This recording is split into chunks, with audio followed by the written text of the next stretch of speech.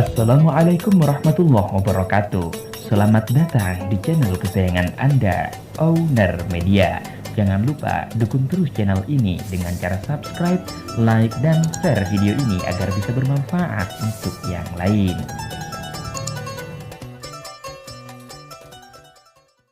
Abu Hasan Asyadili itu kalau ada orang tanya gini, Beb saya ini susah, sholat saya tidak mesti diterima Allah gini-gini, marah.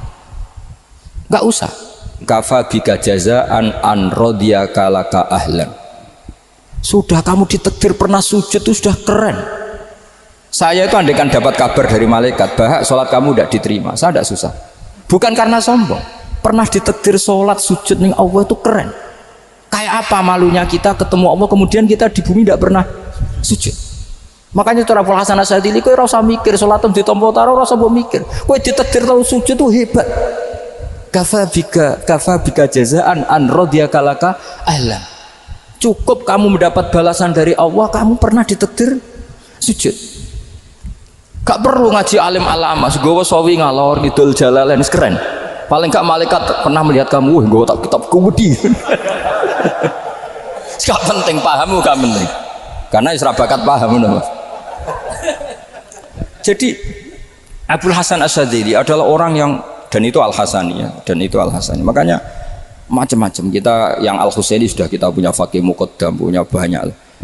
Di Al-Hasani yang paling populer diantaranya adalah Abdul Hasan Asyadili. Beliau tuh kalau ngendikan sesuatu itu positif terus. Termasuk itu ketika ada orang resah sholat saya diterima ndak, kata beliau, wes kowe sing sempurna, ditakdir tahu sujud.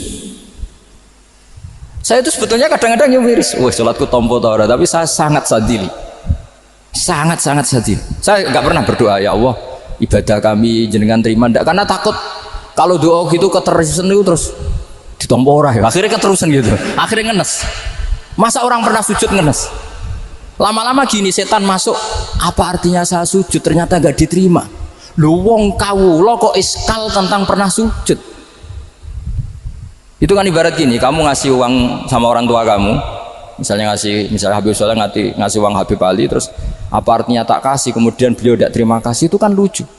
Terima kasih tidak terima kasih, seorang anak ngasih orang tua itu keren.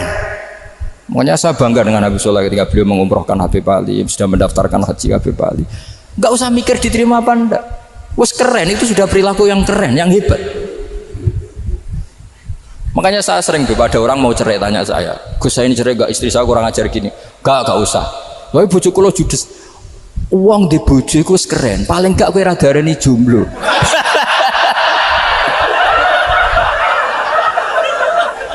Oh, diarani duda ora enak. Wes luwe sabar ndi diarani duda mek diarani bojo judes. Enak bojo judes cek gagah. Di bojo lah. Oh, provokator itu.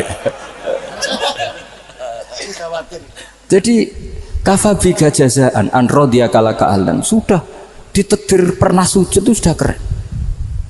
Dulu ulama ala hadan nampak. Ulama dulu cara berpikir seperti itu. Makanya ulama dulu kalau nafsiri wasjud waqtarib sudah pernah sujud. Di Quran enggak pernah ada ayat wasjud lan sujudo sira ingkana kada wa kada ingkunta mutayakinan bikobuli sujudi. Kan ada sujud ya sujud saja, tidak usah mikir makbul apa tidak makbul. Sudah kalau sujud pasti waqtarib. Terus saya sebenarnya ya sebagai orang ya kadang wedi, sholatku ditompo ta ora. Tapi kalau keterusan nanti ada was-was yang mengatakan opo artine sholat. Lu tuh kan ngeri seorang hamba sing uripe ning bumine Allah kemudian menyoal pernah sholat hanya karena takut gak diterima. Itu kan geblek banget. Biasa jenis kiai yang di partai itu. Saya udah tahu kalau keneng dikom. Di umat masa kamu gak ada keren iblis.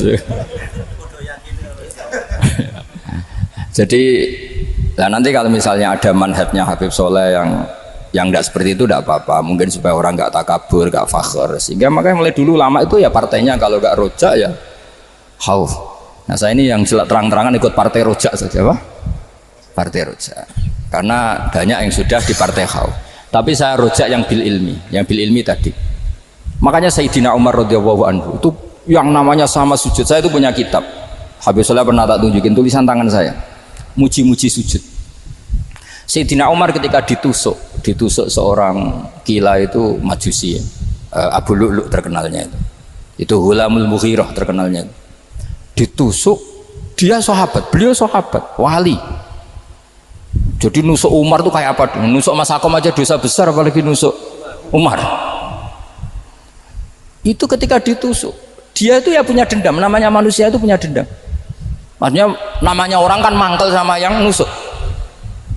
Kalau orang mangkel itu inginnya kan yang nusuk itu masuk neraka. Tapi apa kata Umar? Ngendikan gini, tanya pertama, yang nusuk saya siapa? Orang Majusi.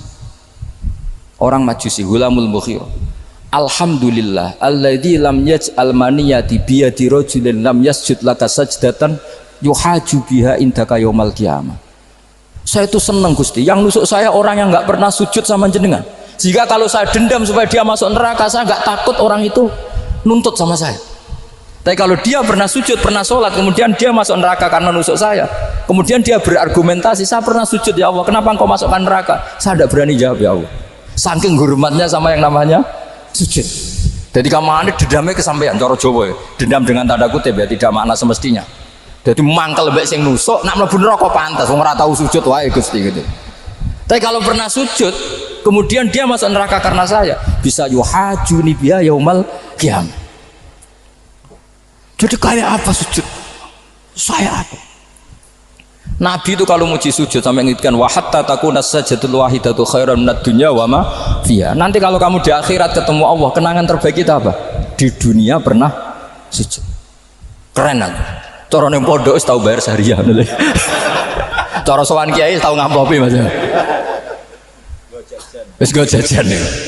Nah tapi kadang syaitan itu masuk tadi. Apa artinya sujud gak mesti ditompo, apa artinya sowan Habib ngaturi ra mesti ditompo, ngaturi kiai. Akhirnya ada ketakutan. Nah kalau ketakutan ini berlebihan lama-lama, ma faidatus sujud. Wah itu sudah buruk sekali, wong hamba kok tanya ma faidatus sujud. Nah ini di pentingnya mazhab-mazhab Syadzili. Jadi saya ngaji agak-agak uraan wa amdan. Kalau ini watak sudah bukan. Jadi uraan itu ada dua, ada yang amdan bismil ilm, ilmunya banyak terus milih manhaj. Insya Allah saya partai itu. Ada yang uraan bakat Mas. Ada ya? Ada apa banyak? Nah sebetulnya khauf juga gitu Bim. Ada khauf itu karena ilm. Ada Habib alim alama atau kiai alim alama, dia tahu masyarakat kalau ngikuti Gus Ba nanti jadi fakhr, kurang tawaduk, terus dia milih partai khauf. Lah yang buruk itu ada kiai yang milih khauf aja dari awalnya sati cilik. Jenisnya wis sati. Jadi sebenarnya dia tidak cukup ilmunya nerangkan khauf, cuma jenisnya wis sati cilik. Wong ning omah lawang dikunci ono gludak-gludak, ono hantu putih. Jadi ya sama, yang bawa rojak bisa bawaan dablek, yang bawa khauf bisa saja bawaan ati cilik. Nah kita ingin yang bawa rojak ya bismil ilm, yang bawa khauf juga bismil ilm. Ya ono teh Mas, wong sing ati gede, pegawene dua blek, tapi enggak bawaan rojak, bawaan dablek. Ada yang ati cilik tapi bawaan khauf. Jadi mengatakan khauf tapi sebetulnya bawaan ati cilik. Nah kita inginnya ndak, kalau rojak ya bismillah kayak Abdul Hasan Asyadzili, kalau yang kampanye khauf kayak Sayyid Abdul Haddad bawaan apa? Ilm. Sehingga kita ini Qul inni ala bayyinatin mir rabbi, semua itu berdasar ilmu sing jelas welo-welo. Makanya semua nabi memaklumatkan apa? Qul inni ala bayyinatin mir rabbi. Jadi semua ilmu syaratnya apa? Bayyinah. Bayyinah itu kebenaran ilmiah sing jelas welo-welo. Makanya itu yang disebut Allah Subhanahu wa taala mensifati kekasihnya yaitu Nabi Muhammad sallallahu alaihi wasallam, lam yakunil ladzina kafaru min ahlil kitabi wal musyrikina munfakkina hatta ta'tiyahumul bayyinah rasulun minallah yatslu suhufam mutahhar. Niku Kanjeng Nabi saking cerdase meneh tek wong Islam, wong musyrik, wong kafir ngerti logika yang dibangun Nabi saja kuat infikak dari kemusyrikannya. Makanya disebut munfakin. Orang-orang musyrik, orang-orang kafir tidak munfakin, tidak tercerabut dari akar akidahnya hatta ta'tiyahumul bayyinah. Itu siapa? Rasulun minallah yatslu suhufam mutahhar. Masyhur itu debatnya Nabi dengan orang-orang musyrik. Mereka bilang, ya Muhammad, kita ini urusannya banyak, kasusnya banyak, lalu anda mengajarkan ke Tuhan satu. Masa urusan banyak cukup Tuhan satu? Itu enggak fair Muhammad. Aja'alal alihata ilaha wahida inna hadza la syai'un ujab. Urusan kita banyak, masyakil kita banyak, muskilah kita banyak. Kalau Tuhannya satu tidak cukup Muhammad. Nabi dengan santainya memberi penjelasan. Ya sudah gini saja. Kalau kamu jadi budak atau pembantu, majikan kamu banyak. Semuanya merintahkan kamu, semuanya bikin aturan untuk kamu. Kamu suka enggak? Ya enggak suka Muhammad. Kalau majikan kita banyak repot. Ya sudah, Tuhan kamu itu majikan kamu. Kalau banyak perintahnya beda-beda kamu pusing. Ya udah Mat, Tuhannya satu aja Mat. Karena Nabi bayina, orang itu bisa dibalik-balik pikirannya. Ya, makanya disebut dorobawahu masalah rojulan fihi syuraka'u mutasyakisuna wa rojulan salamal lirojul hal yastawiyani masalah alhamdulillah. Jadi Nabi itu kalau adu argumentasi itu luar biasa. Jadi segampang itu Nabi memberi apa? Argumentasi. Karena beliau adalah al-hujjatul balighah. Jadi Nabi itu gak pernah kalah. Pernah Nabi debat sama orang Yahudi. Muhammad, saya ini turunan Ibrahim. Kita ini Israel ya. Kita tahu Israel adalah turunan Nabi. Israel nama lain dari Yakub. Yakub bin Ishak bin Ibrahim. Padahal Yakub ini punya anak namanya Yahuda. Makanya Yahuda bin Yakub bin Ishak bin. Kita ini yang mirip Ibrahim, bukan kamu. Tapi orang Yahudi itu nggak hafal nasabnya, sehingga mereka bilang kita ini saking baiknya Ibrahim saja pengikut kita.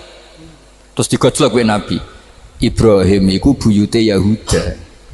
Makanya digojlok, ha antum haula'i hajatum fi malakum bi ilm falimatu hajuna fi ma laysa lakum bi ilm. Kita adu debat itu sudah ilmiah. Kenapa kamu menjadi tidak ilmiah? Kenapa Muhammad? Terus Allah menurunkan wa ma unzilatit tauratu wal injilu illa min ba'di afala ta'qilun.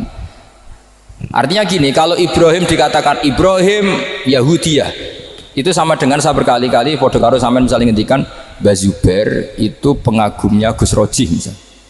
Padahal Gus Roji bin Ubab bin Maimun bin Zubair. Misalnya Gus Roji bin Kiai Haji Ubab bin Kiai Haji Maimun bin Kiai Haji Zubair. Nah Ibrahim itu kan Yahuda bin Yakub bin Ishak bin Ibrahim. Terus mereka bilang Ibrahim itu pengikut Yahudi. Itu kan kebalik-balik. Kayak Habib Hasan itu pengagum Habib Soleh. Kan Habib Hasan rohnya ini gimana, ini sih mbahnya kok dianggap. Nah sehingga orang Yahudi ketika Nabi berdebat beda dengan Nabi Muhammad SAW. Ketika ditanya kenapa kamu yakin agama tauhid, millata abi, karena ini agama nenek moyang saya, millata abikum apa? Ibrahim. Jadi jelas akhirnya orang Yahudi ngerti. Ya kan sama dengan mengatakan tadi Pak Karno itu pengagum Puan Maharani. Kan aneh nggak kalimat itu? Mbah Hasyim Asy'ari itu pengagum Gus Dur. Gak lucu. Itu debat. Jadi Nabi itu orang yang bayinah. Bayinah itu kalau menerangkan kebenaran itu bahkan orang kafir pun bisa infikak, bisa munfakin, tercerabut dari akar kekafiran. Nabi itu mudah sekali merubah logika. Makanya di Quran sering ada kata aro'aitum, karena memang tadi. Nah saya mohon apapun pilihan Anda rojak kayak Abdul Hasan Asadili tadi. Ketika orang resah sujudnya diterima apa enggak, sholatnya diterima apa enggak, beliau bisa berargumentasi betapa pentingnya sujud. Wes aja kowe iku kawula, tahu sujud itu keren. Saman bayangkan betapa malunya kita kalau kita ketemu Allah kemudian di dunia enggak pernah. Lho paribasane kula mlebu swarga lah iku isin. Mlebu swarga tapi ning donya ora tahu isin. Sama seperti kowe di guru saurip-uripmu ora tahu salam templek isin. Kira-kira seperti meskipun salam template ora penting ya ora penting tuh, misalnya soleh salam template 50.000 duwe wis akeh ngono kan nama sakom penting kudu rokok. Itu bukan nilainya kok, betapa malunya kita. Saya dulu mau disarang andai kan tidak pernah khidmah sama malu tenan sebagai apa? Santri. Makanya Sayyidina Umar ketika beliau dibunuh orang itu pertanyaan pertama, dia pernah sujud enggak pernah. Andai kan dia pernah sujud, maka saya tidak berani masukkan dia masuk neraka. Takutnya dia protes sama Allah, ya Allah saya pernah sujud, kenapa harus di neraka? Atau Umar ditanya Allah gini, Umar, kue ridho wong sing tahu nyembah aku kemudian dia di neraka? Kayak apa? Jadi makanya Umar ketika wafat ketika alhamdulillah alladzi lam yaj'al maniyati biyadi rajulin lam yasjud laka sajdah. Ya jadi saya mohon sekali, jadi Majelis ini sebuah majelis mubarak. Caranya tauhidnya dibenarin, apa tauhidnya dibenarin. Jadi Allah itu adhaka wa abka, Allah itu al-hadi, Allah itu ar-razzaq. Sehingga menteri ekonomi mbok salah rumusillah wong tetep mangan. Mergo Allah itu ar-razzaq. Mbok negara dikelola keliru lah wong tetep mangan, wong Allah itu